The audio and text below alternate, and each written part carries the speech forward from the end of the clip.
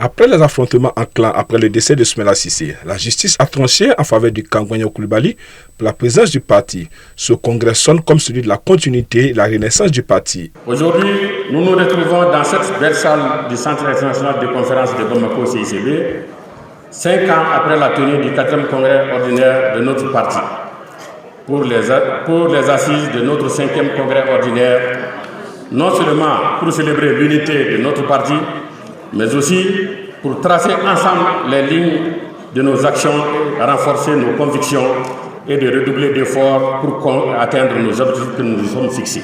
Le présent congrès verra le renouvellement des instances du parti et proposera d'importantes réformes organisationnelles. Ceci afin de permettre au parti de la poignée de main d'être engagé et déterminé à relever les défis qui se posent tout en se basant sur les valeurs fondatrices du parti. Notre parti, l'URD, a été fondé sur des valeurs fortes: l'unité, la justice, le travail, la solidarité et la défense de la liberté, des libertés fondamentales.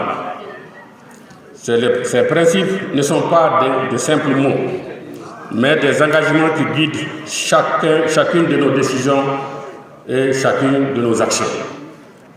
Dans un contexte où beaucoup cherchent à diviser et à semer des doutes, nous devons rester fermes et exemplaires, car c'est par notre cohérence et notre détermination que nous convaincrons ceux qui hésitent encore à nous rejoindre.